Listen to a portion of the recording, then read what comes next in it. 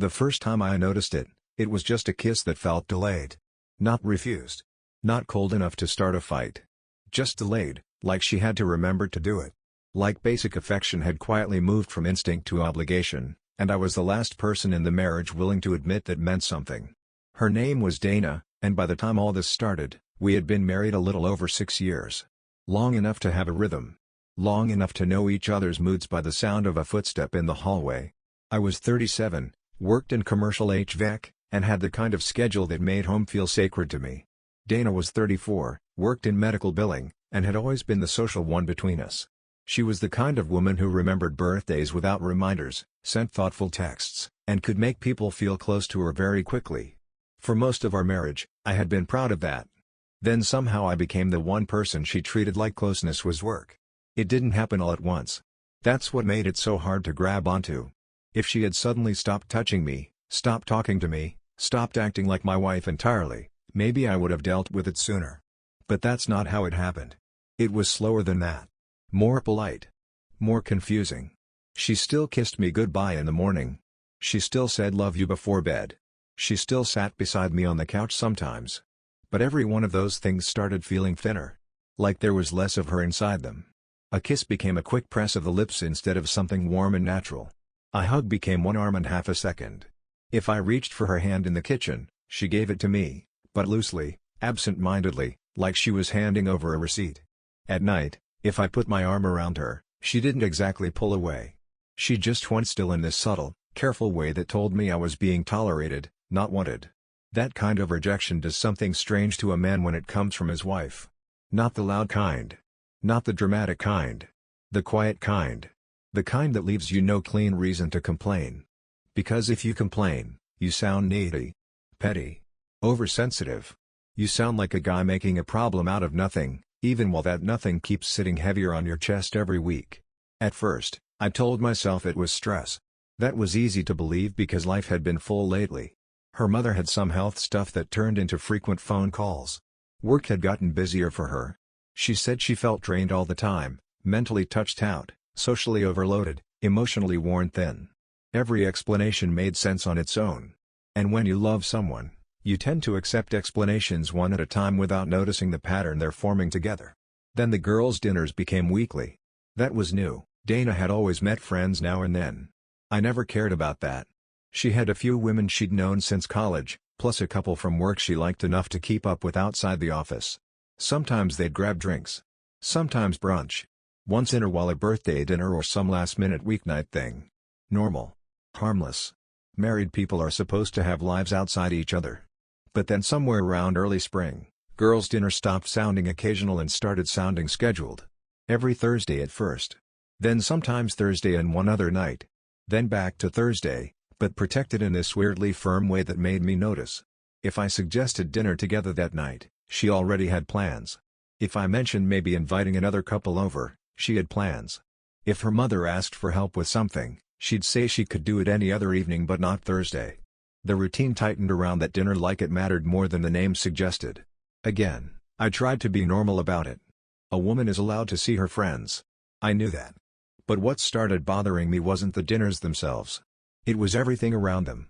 Dana could spend all Tuesday nights saying she was too exhausted to talk much, too drained to watch anything, too overstimulated for me to keep an arm around her very long on the couch. Then Thursday would come, and suddenly she had energy. Real energy. She'd get home from work, go straight to the bedroom, and emerge 40 minutes later looking sharper than she had from me in months. Not glamorous. Not over the top. Just intentional. Hair done. Makeup done carefully. Earrings she usually forgot about. Perfume she claimed she hadn't worn in forever. An outfit that looked chosen instead of grabbed. And the whole time she'd move with this quiet focus that made the apartment feel like a backstage area I wasn't part of. The first few times, I barely reacted. I'd tell her she looked nice. She'd smile, say thanks, and keep checking something on her phone. I'd ask where they were going, and she'd give me one of those vague but technically acceptable answers. Somewhere downtown. Just a place Megan picked. Some tapas place. I don't know, one of the girls made the reservation. The details were always blurry in a way that was hard to challenge without sounding suspicious for no reason. What really got to me was the change in her mood. Around me, Dana had become careful, polite, distracted. Around those dinners, she looked lighter. More awake. Like there was a part of her that only seemed to come alive when she was walking out the door away from me. One Thursday, I got home a little earlier than usual and found her standing in front of the bedroom mirror. She had one earring in, one still in her hand, and she was smiling slightly at her own reflection while she adjusted her hair. That image stayed with me way longer than it should have. Not because there's anything wrong with a woman looking nice before dinner with friends. There isn't. It stayed with me because I realized I hadn't seen that particular expression on her face in a long time. That quiet, private anticipation. That awareness of herself. That little spark. I couldn't remember the last time she had looked that pleased to be seen, and suddenly there it was, just not for me. She noticed me in the doorway and asked if I was home early. I said yeah. Then I made some joke about her looking like she was headed somewhere fancier than a girl's dinner. She laughed, but there was something thin in it. She said they were just trying a nicer place for once, and then she asked if I minded grabbing my own dinner because she'd probably be out late. Probably be out late. That phrasing sat badly with me for reasons I couldn't explain at the time. I told her it was fine. I kissed her on the cheek. She gave me that delayed little kiss back, almost like an afterthought, and then she was gone. She came home after 11 smelling like perfume and restaurant air and something else I couldn't place. Not alcohol exactly. Not smoke. Just outside. She was in a surprisingly good mood. Not affectionate. Not warm toward me, exactly. But brighter. She moved around the kitchen lightly, got herself water, kicked off her heels, and told me dinner had been fun. I asked who all was there, and she listed names so fast I barely caught them. Megan, Claire, maybe Jenna came late, I think Dara stopped by after. The answer felt messy, but she said it with enough natural speed that I let it go. Then she leaned over, kissed my forehead like I was a child already tucked in, and went to shower. I sat there in front of a muted TV feeling stupid for being unsettled by any of it. That became the pattern. Thursday came. She dressed up. She left. She came back later than dinner should reasonably require. She was either brighter than usual or strangely sealed off, with not much in between.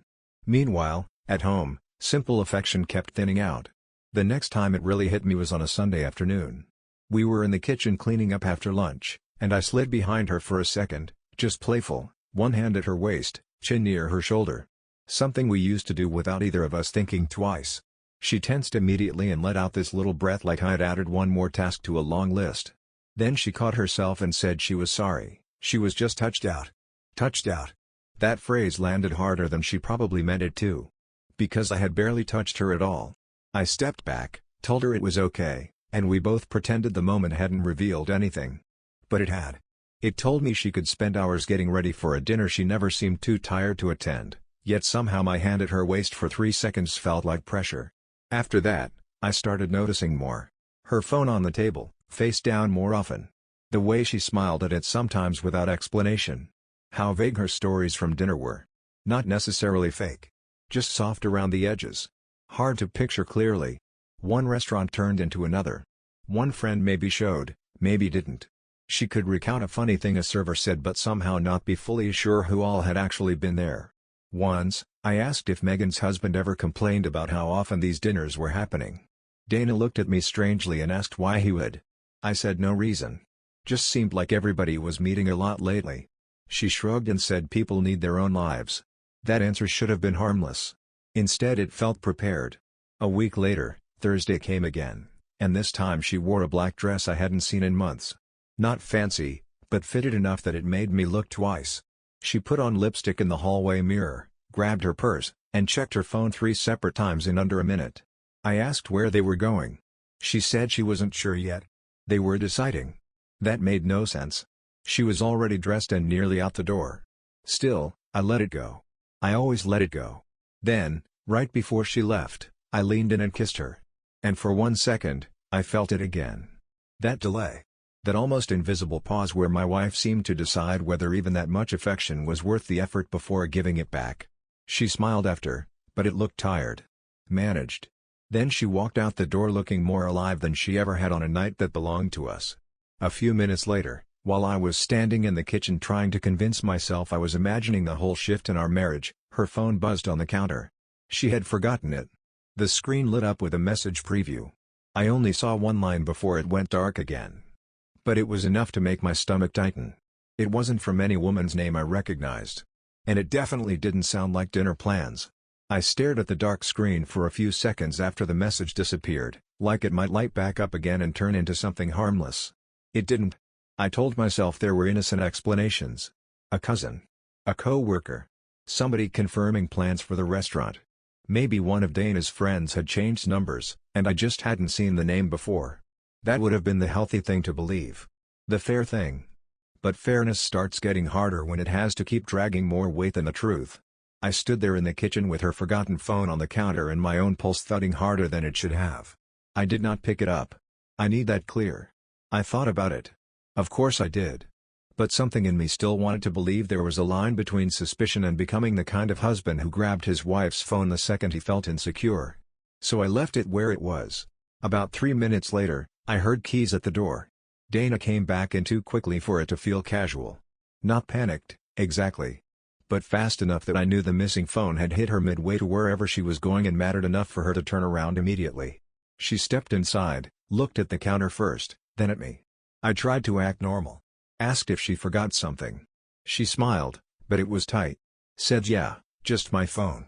Then she picked it up, slipped it into her purse, and gave me a kiss on the cheek that felt even more rushed than usual. And then she was gone again. That tiny moment stayed with me all night. Not because it proved anything by itself. It didn't. But it fit too neatly into everything else. The weekly dinners. The vague stories. The energy she saved for leaving. The way basic affection with me had started feeling like something she completed out of duty while some other part of her seemed very much awake somewhere else. She got home after 11:30 that night. Later than usual. She was still in a good mood, but this time there was something polished about it. Like she had already decided how the night would be presented before she walked through the door. She kicked off her shoes, set her purse on the chair, and told me dinner had run long because they all got to talking.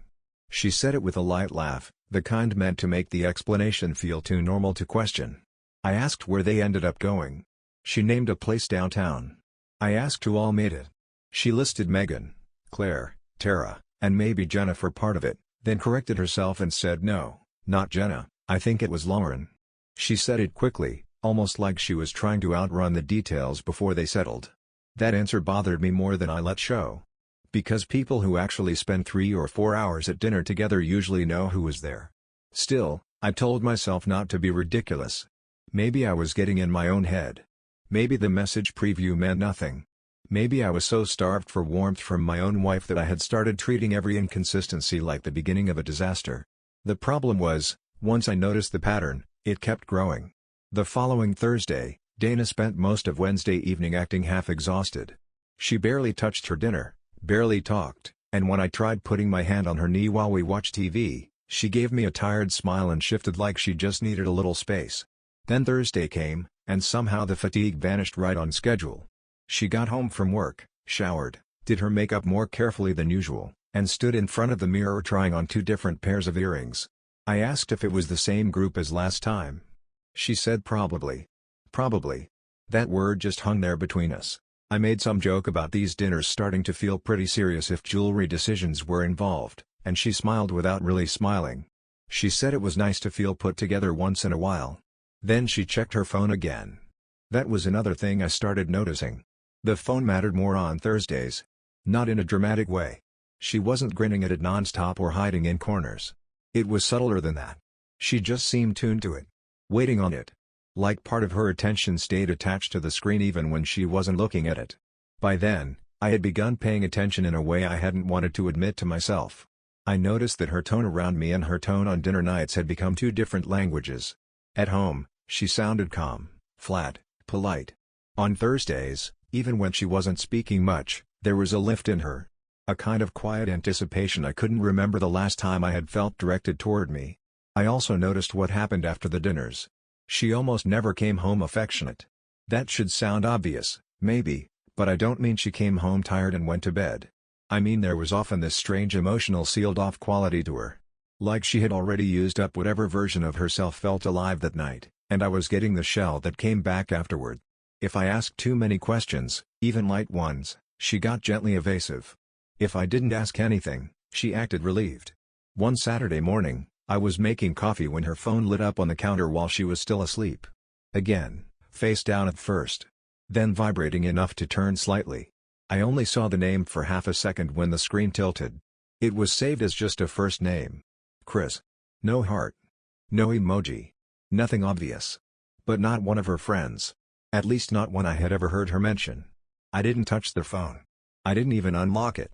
I just stood there holding the coffee scoop, staring at that name like it might mean less if I looked away fast enough.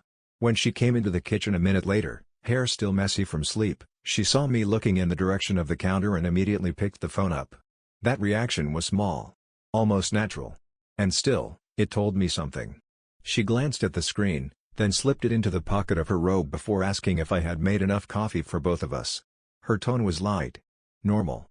But the movement had been automatic, almost protective. I asked, as casually as I could, who Chris was. The question made her pause. Not long. Just enough. Then she said he worked with Megan's husband and had been helping organize some charity thing their group had talked about supporting. She said it like the answer already existed, fully built, just waiting to be used. Maybe it was true. Maybe it wasn't. The issue was no longer any single detail. It was how every answer from her seemed to arrive already softened, already arranged into something hard to press on. A few days later, I ran into Megan's husband, Paul, at a hardware store.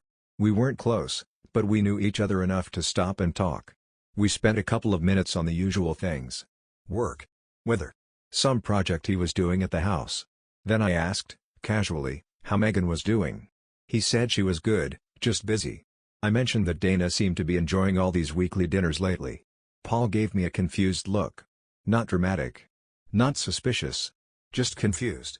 Then he laughed and said Megan wished she had time for weekly dinners. Between work and everything else, she barely made it out once every few weeks lately. He kept talking after that. I don't remember about what. Because that one sentence had already done the damage. I just nodded along and finished the conversation like a person whose insides weren't suddenly trying to rearrange themselves. Then I got in my truck and sat there staring through the windshield for a while, replaying his exact wording. Barely made it out once every few weeks. So either Megan wasn't there most of the time, or Paul somehow knew less about his own wife's schedule than I did.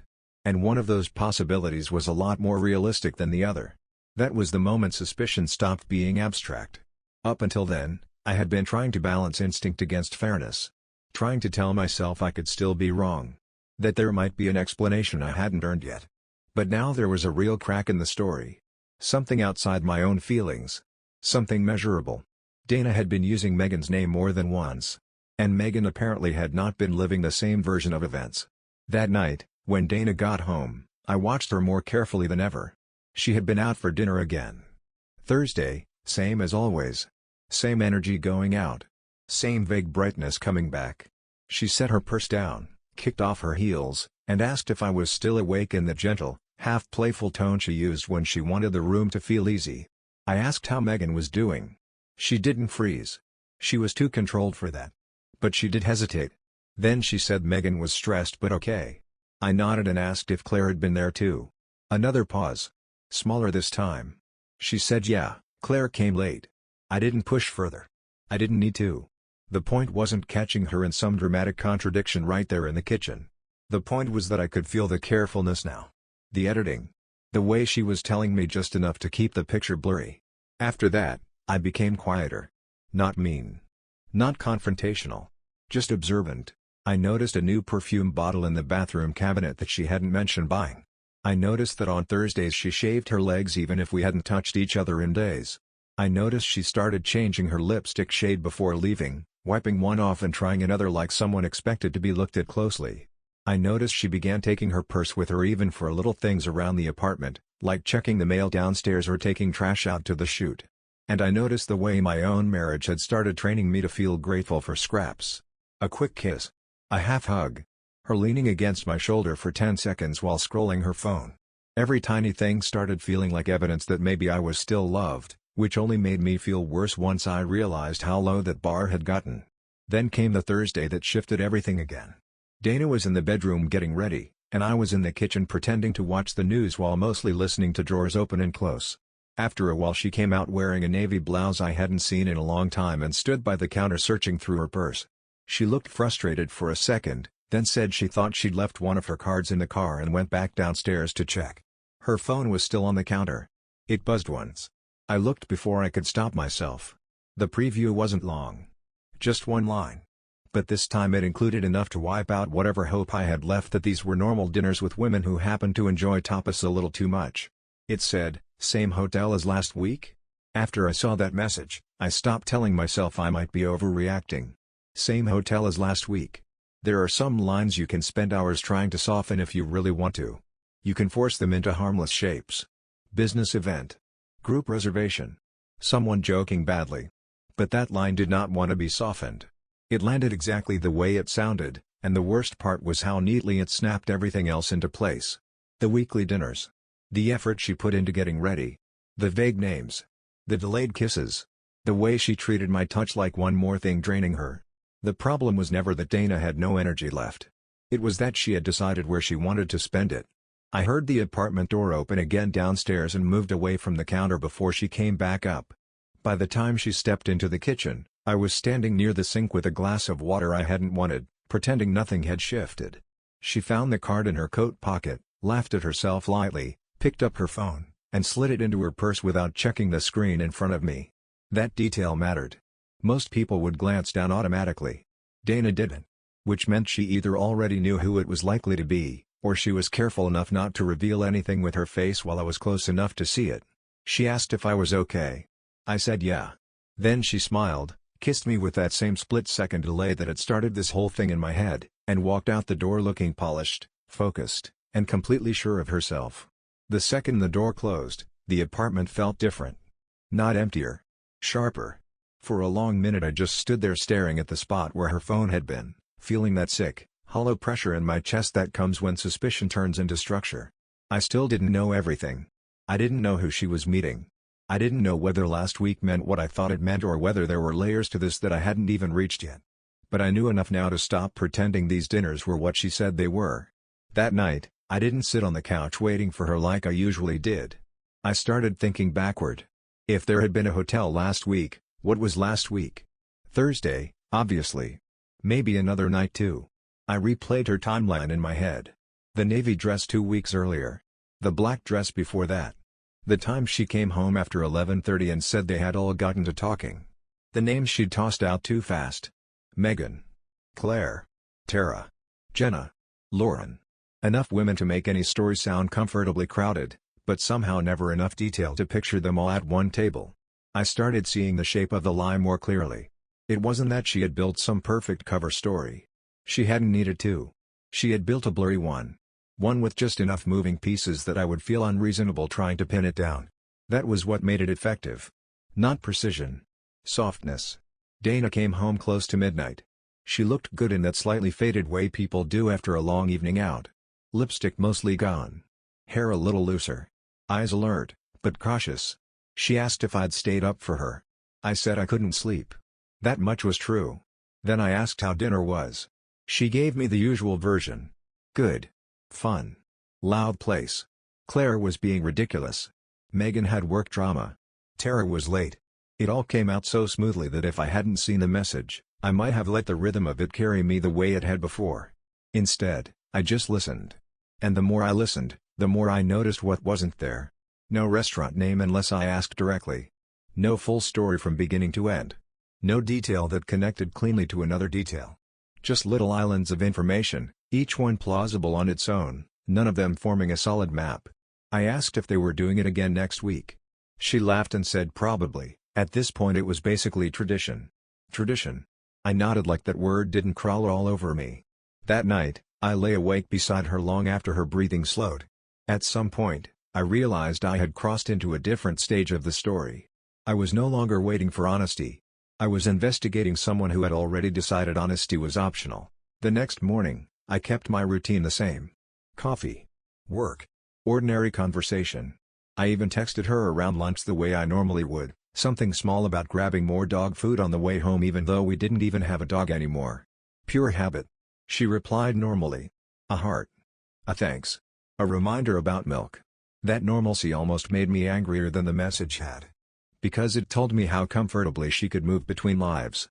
After work, instead of going straight home, I drove downtown. I didn't have a perfect plan. Just a growing need to see whether her version of Thursday nights existed anywhere outside our kitchen. I started with the restaurant she had named the night before. The hostess stand was busy, and I knew better than to walk in there asking whether my wife had eaten with 4 women. Even in my own head that sounded pathetic. So I stayed outside, watched people come and go, and tried to imagine Dana inside. Maybe she had been there at some point. Maybe that was part of the trick. Dinner first, then elsewhere. A little truth wrapped around the real lunch. That possibility bothered me because it felt like something she would do. Give the story a real beginning so the ending stayed hidden. The next break came from something even smaller than the hotel message.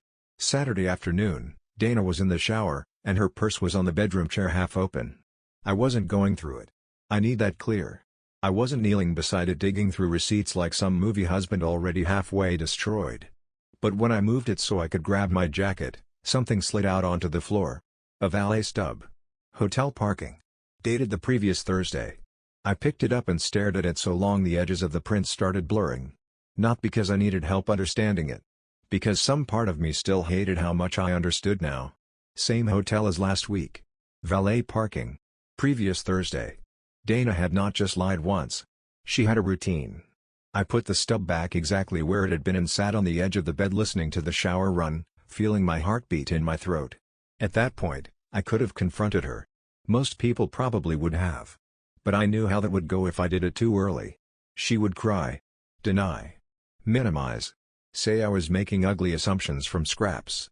And maybe she'd even be right about the scraps part, because I still needed one thing I didn't have. I needed to know who. Not because the man mattered more than what she'd done. Because the identity would tell me how long this had been growing inside my marriage without me seeing it. So I started paying attention to names. Every conversation. Every notification. Every hesitation. By then, Dana was already protecting her phone more obviously. Not in a panicked way. More like the carefulness had become reflex. Face down at dinner. Into the bathroom with her. Screen tilted away if she answered a text near me. It was almost impressive, in a sick way, how thoroughly someone can edit their life once they've decided they need to. Then, on Tuesday night, I got what I'd been missing. We were on the couch. She was half watching some home renovation show, half texting. I pretended to be focused on the TV. At one point she set her phone on the cushion beside her and went to refill her wine. A message lit the screen before it dimmed. I only saw the first name. Eric. No last name. No emoji. No label. Just Eric. When she came back, she picked up the phone so naturally you would have thought it had never been out of her hand. I asked, casually, who Eric was. That got me a pause. A real one this time. Then she said he was someone from medical billing who had been helping with a software issue at work. She said it while looking at the TV instead of at me. I nodded. And right there, with her profile lit by the screen and that glass of wine in her hand, I knew she was lying. Not because I could prove it yet. Because she answered too neatly and too vaguely at the same time. Same as always. A story built to sound boring, because boring stories don't invite follow-up. The next day, I called in late to work for the first time in months. Thursday was coming again, and by then I had enough to know it wasn't dinner. What I needed now was the truth in motion. That evening, Dana got ready the way she always did. Extra care. Extra glow. Extra distance from me.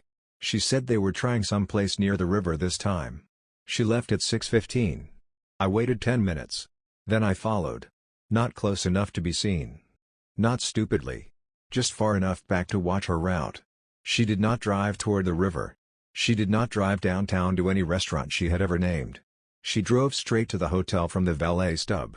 I parked across the street with both hands locked around the steering wheel so tightly my fingers hurt. Through the windshield, I watched her get out, smooth her dress, check her phone, and walk inside without even a glance around. No hesitation. No guilt. No uncertainty. Like she had done it enough times for the place to feel familiar. I sat there staring at the entrance, every bad feeling from the last few months rising into one brutal, undeniable shape. Then my phone buzzed. It was a text from Dana. She said dinner had just started and the place was already loud, so she might be hard to reach for a while. And as I looked up at the hotel doors she had just disappeared through, I saw a man step out of a dark SUV, glance at his phone, and head inside like he knew exactly who was waiting for him. I stayed in that parking lot for maybe 2 minutes after her text came in, but it felt longer. Dinner had just started. That was what she wrote. And there I was, staring at the hotel entrance she had just walked into, watching a man in a dark SUV head inside like he belonged in the same plan. That was the moment the last little part of me still hoping for some other explanation finally gave up. Not loudly. Not dramatically. It just went quiet. Because there are only so many ways a wife can lie to your face before the truth stops feeling shocking and starts feeling insulting. I got out of the car. I wasn't thinking about dignity or strategy or whether this was the smartest thing to do. I had spent months swallowing confusion, then weeks swallowing suspicion, then days collecting enough reality to stop gaslighting myself. I was done sitting outside my own life like I needed one more piece of evidence to earn the right to believe what I already knew. The hotel lobby was warm, quiet, and too polished for the kind of moment I was walking into. Everything in there looked expensive and calm. Soft lighting. Clean floors. The faint sound of glasses somewhere deeper inside the bar area. For one stupid second I noticed how ordinary it all looked, and that almost made me angrier. Because betrayal never happens in the dramatic way you imagine. Most of the time it happens under warm lights with somebody at the front desk asking if they can help you. I didn't go to the desk. I looked toward the bar first. And there she was. Dana was standing near the far side of it, not seated at some big table with women, not laughing with Megan or Claire or anybody else whose names she'd been using like cover. She was standing close to the man from the SUV. Close enough that there was no confusion about the energy between them. No awkward distance. No polite coworker body language. He had one hand low at her back, and she was smiling at him with a softness I hadn't seen directed at me in longer than I wanted to admit. That smile was the real reveal. Not the hotel. Not the lies. Not even him. That smile. Because it told me the thing I had been trying not to name from the start. She had not become a woman with no energy, no warmth, no affection left to give. She had simply stopped giving those things to me. I walked toward them before I could think too much about it. Dana saw me first. I watched the exact second her face changed. The softness vanished. The color drained. Her whole body stiffened like someone had yanked her back into the version of her life she'd been trying to step outside of. The man turned, followed her eyes, and then looked at me with the expression of someone realizing the story he had been sold was not as complete as he thought. Nobody spoke right away. I didn't need to. Everything was already there between us. Then I said the only thing that felt honest enough for that moment. I said, "So this is what being too tired for a hug looks like." Dana's face crumpled instantly, but even then, I didn't feel satisfaction. Just this cold, exhausted clarity. She started saying my name, started stepping toward me, started reaching for whatever script people reach for when the lie finally collapses in public. I held up a hand. Not dramatic. Just enough to stop her. Then I asked if this was one of the girls from dinner. That line landed harder than I expected. Not because it was clever. Because it stripped the whole thing down to how pathetic and ugly it really was. All those Thursdays. All those names. All those delayed kisses and careful excuses and tired little sighs when I touched my own wife in our own kitchen. And here she was, standing in a hotel bar with a man she clearly knew well enough to smile at like that. The guy looked between us and quietly stepped back. To his credit, he didn't puff up or act stupid. He looked uncomfortable, maybe ashamed, maybe just aware he had walked into the wrong end of someone else's marriage. Dana said his name then. Eric. So there it was. Not Chris. Not a software issue at work. Eric. The same name wrapped in a different lie. I asked her how long. She said it wasn't what I thought. I almost laughed at that. But I was too tired.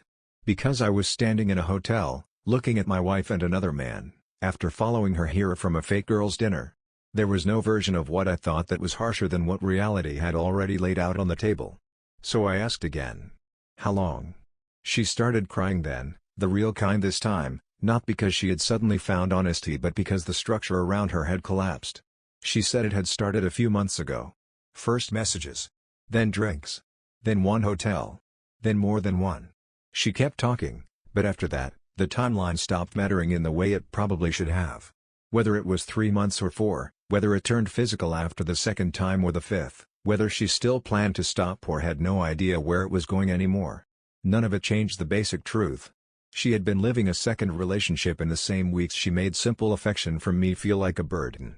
That was the humiliation at the center of it. Not just that she cheated. That she made me feel like I was asking too much by wanting closeness from my wife, while giving that exact energy somewhere else. I asked if every Thursday had been him. She hesitated. That was answer enough. Some were real dinners, she said quickly. Not all of them. But enough of them were lies that the distinction meant absolutely nothing to me. Once a routine becomes cover, every honest part of it turns rotten too. She said she had been unhappy. Of course she did.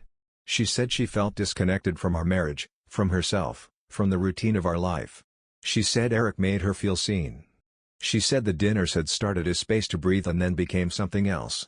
That explanation might have meant something before the lies.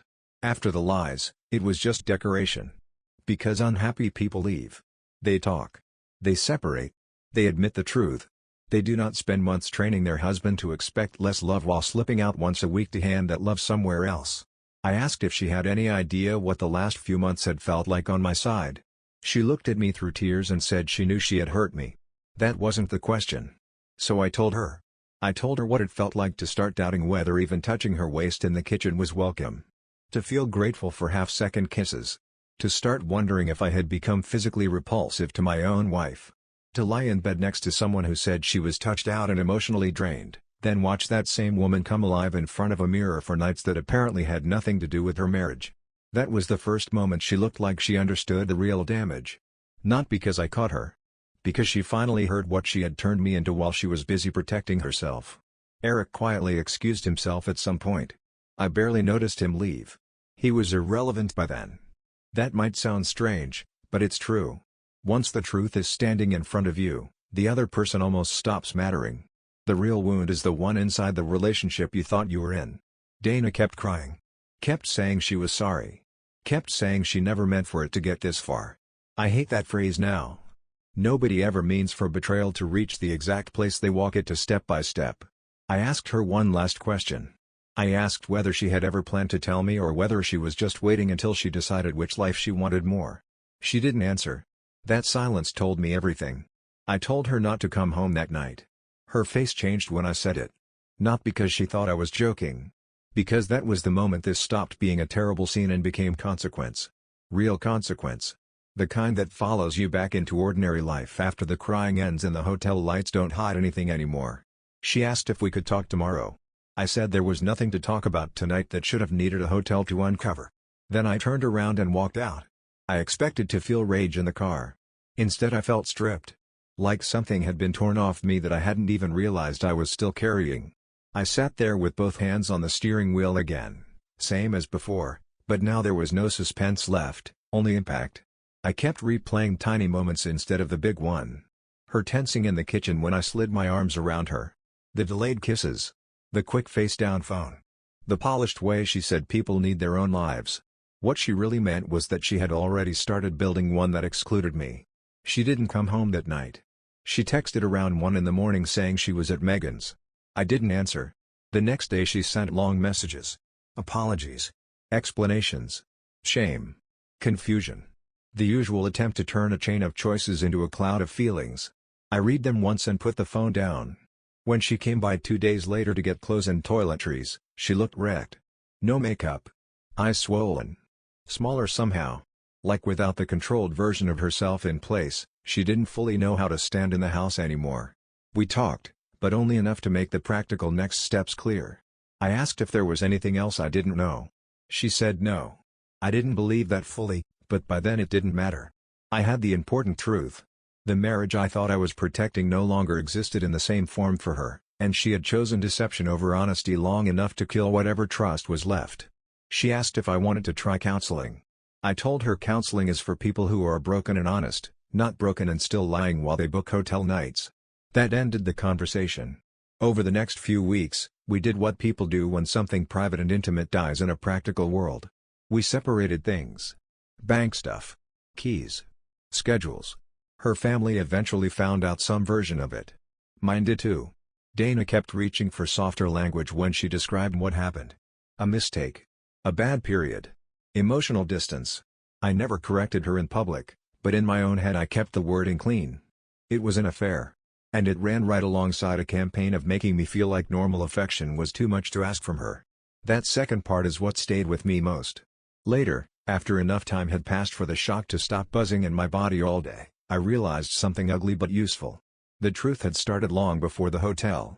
Long before the phone previews and fake dinners and valet stub. It started the moment her warmth became selective. That was the first honest thing in the whole story. Not her words. Not her explanations. Her selectiveness. She still had energy. Still had anticipation. Still had tenderness. Still had that softness in her face when she wanted to be close to someone. I just wasn't the person she was bringing it home to anymore. That's the part I'll never unlearn. When basic affection starts feeling like a chore, sometimes it really is stress. Sometimes life is heavy and people go numb for a while. And sometimes they're not numb at all. Sometimes they're just spending the best parts of themselves somewhere else.